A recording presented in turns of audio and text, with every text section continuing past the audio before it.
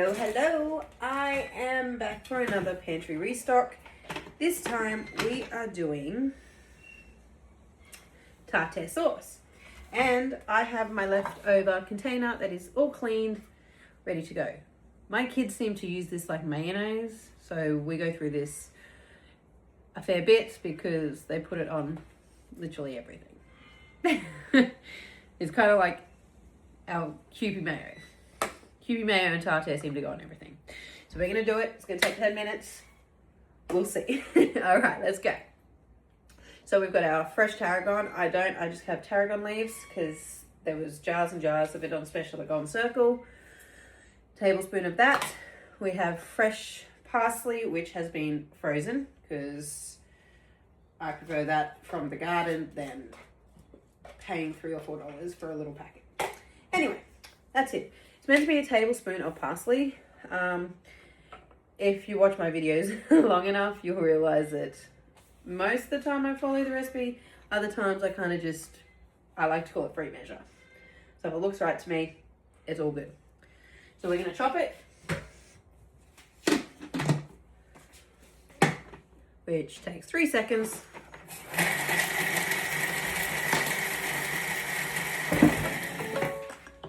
Done. Now, all the herbs were cut anyway, so yeah. So now it looks like that. All right. So next, it says to add your halved shallots. So 1 shallot halved. Let's tick it off, and next, it's going to chop that now. Obviously.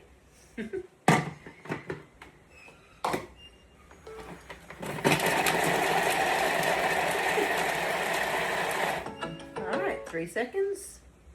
So now we're going to scrape down the sides of the mixing bowl with my handy dandy notch missing spatula. This is the one I use at home because I don't want to keep spending money on it when it was human error. I leave the good one for my demos. All right.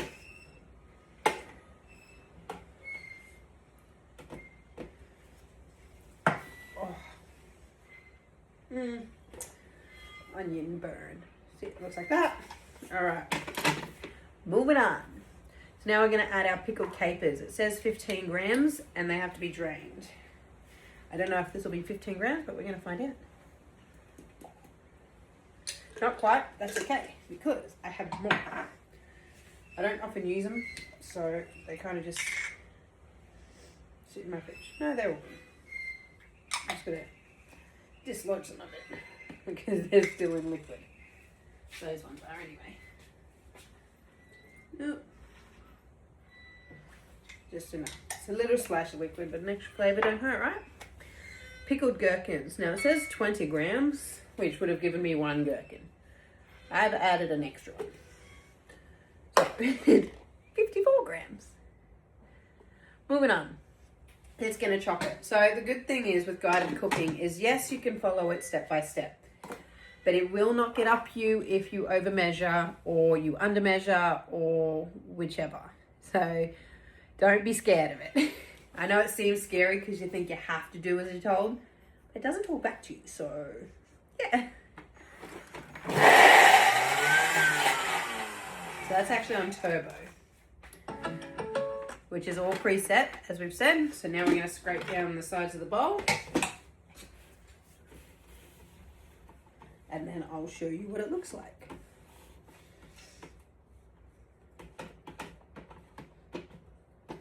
Which, if this turns out better than the store-bought stuff, will be right. That's what it looks like now. So we're going to go next, and we're going to chop it again.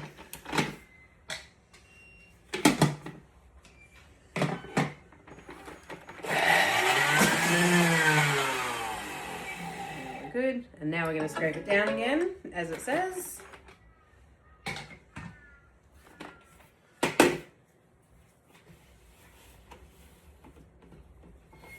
So you can move your spatula down to scrape it off, or you can go round, but make sure you go clockwise. Otherwise, that is what happens. Your notch is missing. Okay. So now we're going to place a jug on the mixing bowl lid. This will probably be to measure our oil. Yes, so I don't have sunflower oil, so again, we're going to use canola oil. It says 250 grams. Turn it that way.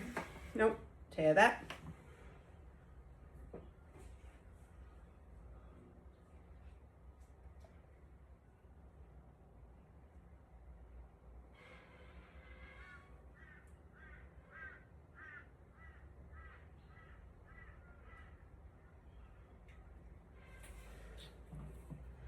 Oh. All right, ready? Let's see if we can do it.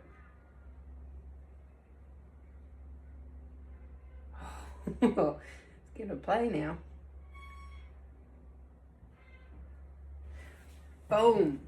Oh, now we're 2 over, but still, we're still in the green, so that's all good. Press next.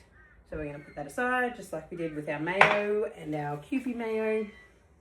So now we're going to add into the bowl our 30 grams of lemon juice. And yes, I am cheating because I have it in a bottle, but I want to get rid of it because I do have fresh lemons in my fridge. So once it's gone, it'll force me to use the other ones. All right, so 30 grams.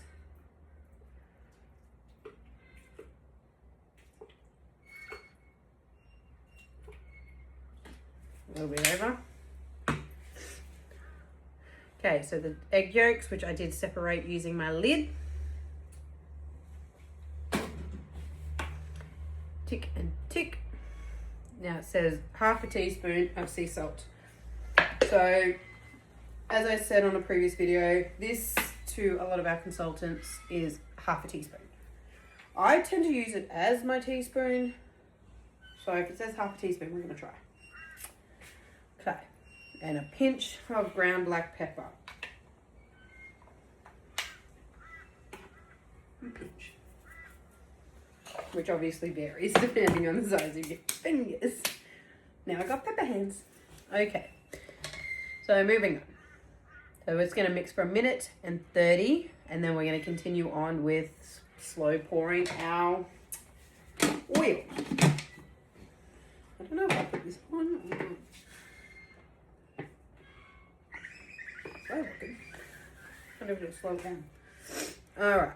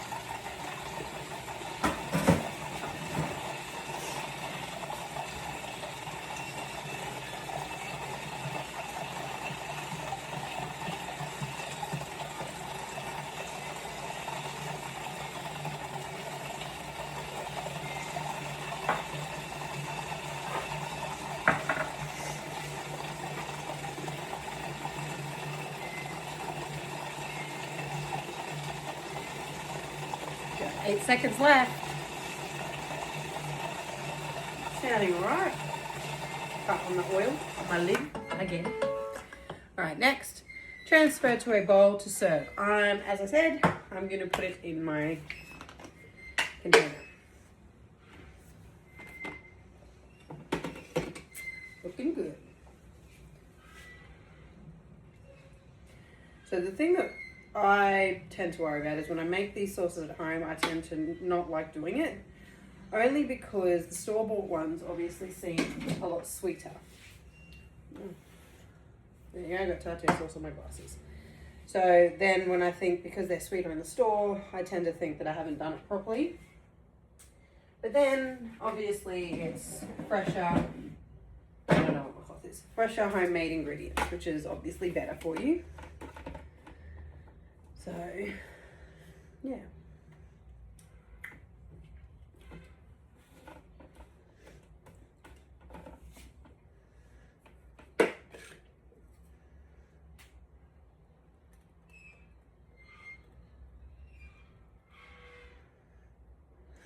I'm gonna have to do that by the jug.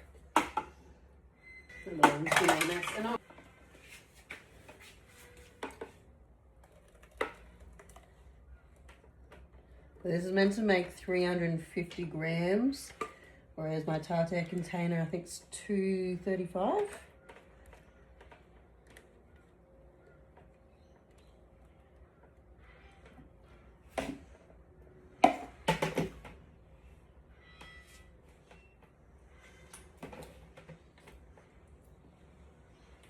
It's definitely stronger scented.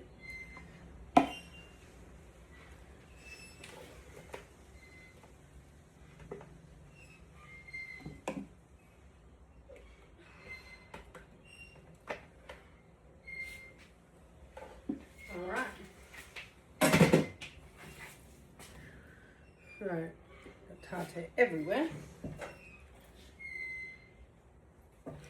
So that is the tartare sauce. No.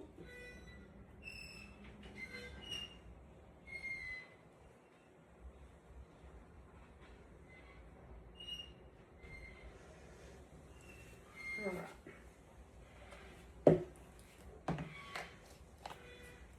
So just like that, in 10 minutes I made my own tartare sauce back in the original container. So I have a basket at the top of my fridge that I put all my leftover like sauces or extra sauces. Oh, I just literally put that everywhere.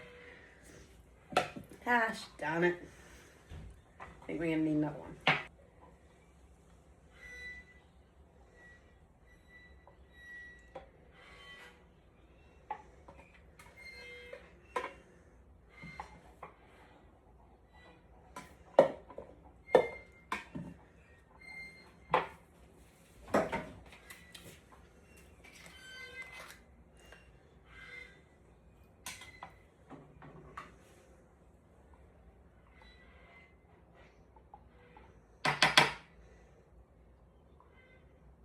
Ah, gosh.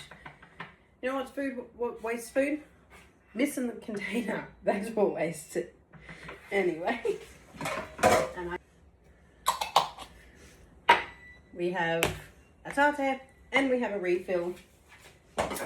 So that is the last of the pantry stock up for now. Other than that, everyone, have a wonderful afternoon.